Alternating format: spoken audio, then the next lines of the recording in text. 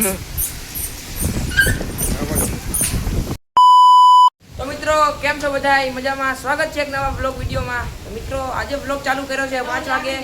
એનું કારણ છે અહીંયા અમારે છે ને ભાઈ વાવાઝોડું જેવું આવી ગયું છે, સમજો. વાવાઝોડું આવી ગયું છે અહીંયા અમારે, સમજો. વરસાદ અને ફૂલ પવન અને ધૂળે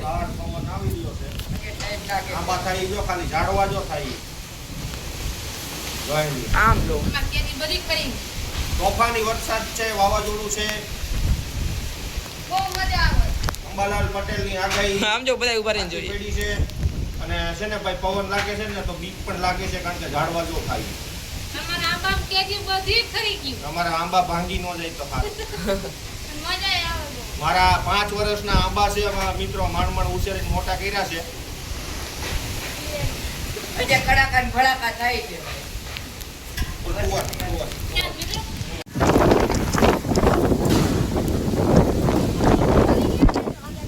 મોતી અહીંયા હાલ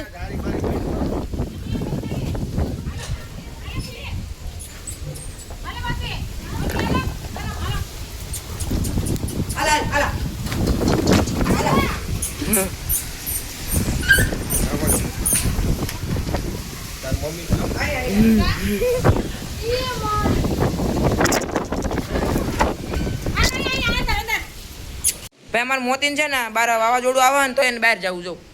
ઓય ક્યાં જવું તારે? હે આમ જો બટકા ભરવા આવે હે બટકા ભરવા આવે. જાવ્યો જા બહાર જા પવનના બી ગયા છે તો ખૂણામાં ભરીને બેહી ગયા છે. જવું. ઓય તો અત્યારે જો વરસાદ પણ આવી રહ્યો છે અને જોરદાર પવન પણ આવી રહ્યો છે, સમજો. આંબો આખો નમી ગયો. કેરી બહુ ખરી ગયા આંબામાં મને. ખૂબ જ મસ્ત વરસાદ આવી રહ્યો છે અને વાવાઝોડું આમ જો. હમણાં વચમાં તો બહુ ઉપડ્યું હતું અને વિષ્ણુ બીક લાગતી હતી. એ મને કાંઈ બીક લાગતી, મને તો ગાઈડની મજા આવતી. ખોટાડો જવા દે. આમ જો વરસાદ આવે. એ વીટેલા છે પિક્ચર તો બાકી છે. અને અહીંયા અમારે ભાઈ જો વરસાદના બધા બેસી ગયા છે. અને અહીંયા અમારા ગામડામાં તો છે ને ભાઈ વરસાદની થોડુંક આમ વાવાઝોડું આવી જાય ને તો એમાં લાઇટ વહી જાય. ના લાઇટ હોય જ નહીં. મોબાઈલમાં અમારે ચાર્જિંગ રાખવું જ પડે. કંઈક મજા આવે ને વરસાદની.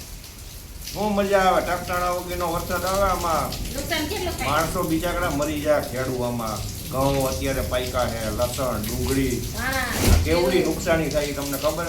અને અત્યારે આંબાના ફાલમાં એવડી નુકસાની આવી છે. આવો પવન છે, આમાં ખેડૂત કરશે હું, જેને આંબાની બાગુ રાખી છે, કોઈના ઘઉં ખેતરમાં પડ્યા છે, કોઈનું લસણ ખેતરમાં પડ્યું છે. કેવડું નુકસાન આવશે એ કાલે પેપરમાં તમને મીડિયા દ્વારા જાણવા મળશે કે આજની તારીખમાં કાલે કેટલું નુકસાન બતાવે છે તમને. આ નુકસાન બહુ કરે, કારણ કે પવન છે ને બહુ નડે. આ ઘઉં બધાય ઉઈ જાય. તમારે કેવું નથી મજા આવતી? આજે 19 તારીખ અને મોટા સકપર ગામમાં વાવાઝોડું અને વરસાદ. ધોધમાર વરસાદ આવી રહ્યો છે.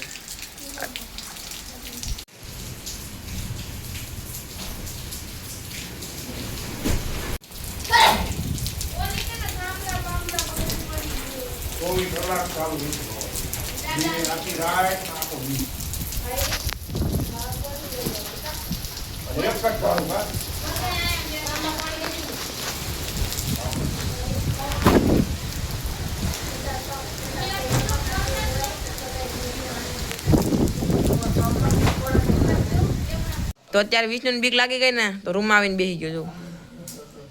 બીક લાગી? કડાકા ને ભડાકા થાય, બીક તો લાગે. બીક લાગે? હમણાં ના પાડતો ને બેર. અમે અંદર બેઠા છીએ જો. અત્યારે હવે લાઇટ વહી જાય અમારા ગામડામાં ને કે વાવાઝોડું કે થોડુંક આમ પવન વધારે આવે ને તો ઉપરથી તે લોકો લાઇટ કાપી નાખે. સબસ્ટેશન છે ને આગળ એની લાઇટ કાપી નાખે. એટલે અહીંયા અમારે કંઈ ગામડામાં કંઈ લાઇટ જ ન રહે. થોડો કે વરસાદ કે વાવાઝોડું આવે, થોડો કે નાનો એવો વરસાદ હોય ને તો એ લાઇટ કાપી જ નાખે અહીંયા અમારા ગામડામાં. ખાલી વરસાદની અસર પડે ને તો લાઈટ કાપી નાખે ઉપરથી. પછી અંધારામાં બેસવાનું પછી. એટલે અમારે ભાઈ એને વાવાઝોડું કે વરસાદની કંઈક આગાહી બાગાહી હોય એટલે અમારે મોબાઈલમાં ચાર્જિંગ રાખવું પડે. નકર તો ભાઈ અહીં ચાર્જિંગ ન હોય તો પછી આખો દી આખી રાત જેટલા લગી વરસાદ ચાલુ રહે ત્યાં લગી અમારે લાઇટ આવે જ નહીં. મોબાઈલની લાઇટ હોય એટલે થોડુંક સારું. અને વરસાદ વયો જાય તે પછી લાઈટ આવે. એવું હા, એવું કલાક 2 કલાક પછી લાઈટ આવે વરસાદ વયો જાય પછી. પછી અત્યારે ભાઈ આના અમારા વાવાઝોડામાં કેરીઓ ખરી ગઈ હતી ને અને થોડુંક શાંત થઈ ગયું છે એટલે જો અમારે વિષ્ણુભાઈ અને વૈશાલીબેન વીણી આવ્યા છે સમજો. આવડી કેરીઓ ખરી ગઈ છે અમારે જો. હા જો નુકસાન આપણે 2 આંબામાં આટલી ખરી છે એટલું નુકસાન છે. તો જેને બગીચા છે આંબાના એને કેટલું નુકસાન છે તમે વિચાર કરો. આમાં ખેડૂતને બિચારાને કેટલી તકલીફ થશે, કેટલું નુકસાન છે. આ જો આ ફળ અત્યારથી કેવું મસ્ત ફળ થઈ ગયું છે અને વાવાઝોડું આવ્યું એટલે જો આ ફળ ખરી ગયા જો. તો આપણે તો ખાલી મિત્રો 2 આંબા છે તોય આપણો જીવ બરે છે આ ખૈરું એમાં. તો તમે વિચાર કરો જે માણસને જાજી ખેતી છે કોઈ 500 કે 2,000 આંબાની ખેતી હોય તો એને કેટલું નુકસાન થતું હોય છે તમે વિચાર કરો ખાલી. અને વીજળી તો સતત ચાલુ જ છે જો અહીંયા પવન આવ્યો થયો છે આમ જો.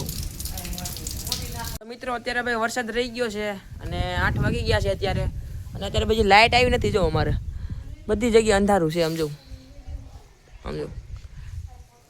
અંદરે અમારે બધે અંધારું છે ચૂલા ઉપર રાંધી રહ્યા છે. વાવાઝોડું આવ્યું ને એની હિસાબે લાઈટ વહી ગઈ. અને અત્યારે ઠંડી એટલી લાગે છે વાત પૂછો. જો હું તો ઓઠીને બેસી ગયો છું. બહુ ટાઈટ લાગે છે. વરસાદ પડ્યો થોડોક જ પણ ટાઈટ બહુ લાગે.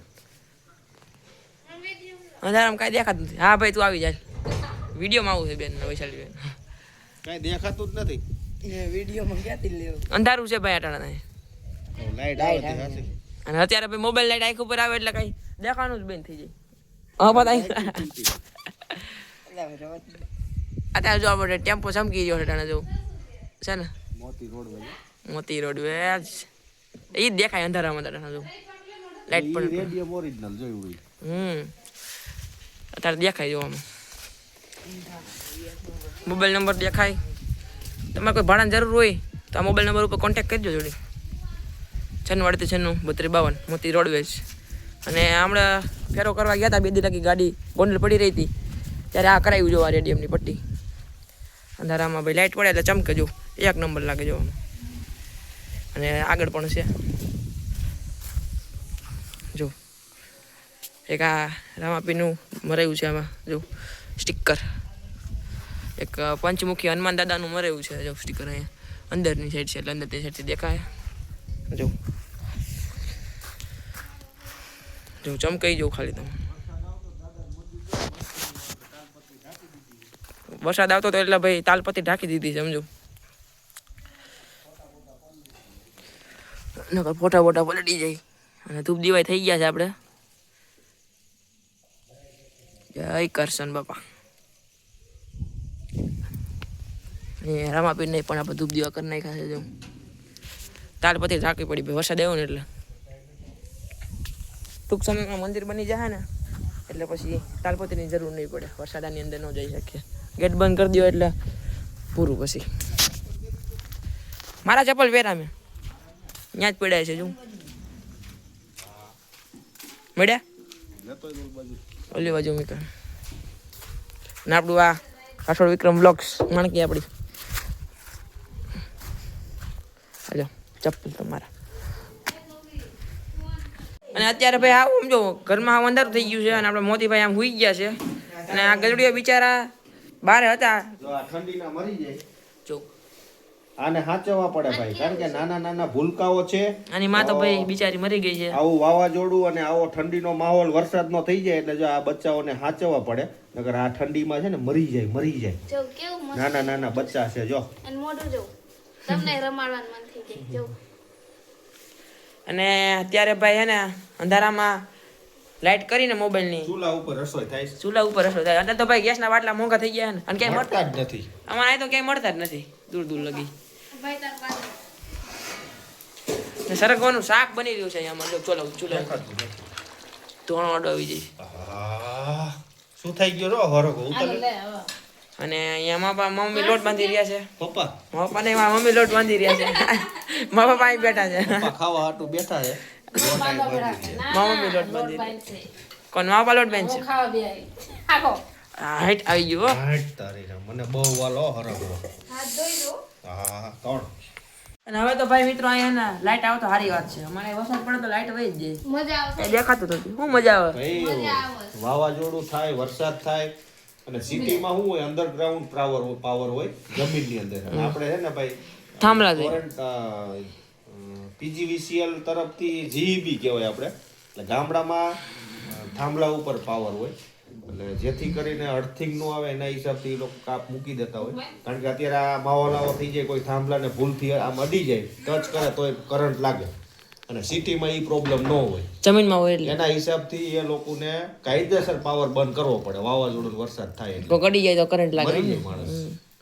અને કરંટ લાગે થાંભલામાં અર્થિંગ આવે જ વરસાદના હિસાબે. પવન એટલો હતો ને એટલે હરેક છે જ નહીં. અત્યારે ભાઈ હે ને અંધારામાં બધા જમવા બેસી ગયા છે. જો અહીં સુઈ જાય. હરગવો અને બટેકા અંધારું હોય એટલે ભાઈ હજી લાઈટ આવી નથી અમારે. એટલે શું મમ્મી અને વિષ્ણુભાઈ હરગવો નથી ભાવતો ખાવામાં. બહુ નથી ભાવતું કેવું નહીં ખાવ. શું મમ્મી હાલો હરગવો ખાવા લો. બટેકા ખાય રસો ને બટેકા, અને હરગવો નથી ખાતો. બટાકા નથી દેવાય. એ બટેકા એના ફેવરેટ છે. હું થાય વામીટા હું લઈ જતો.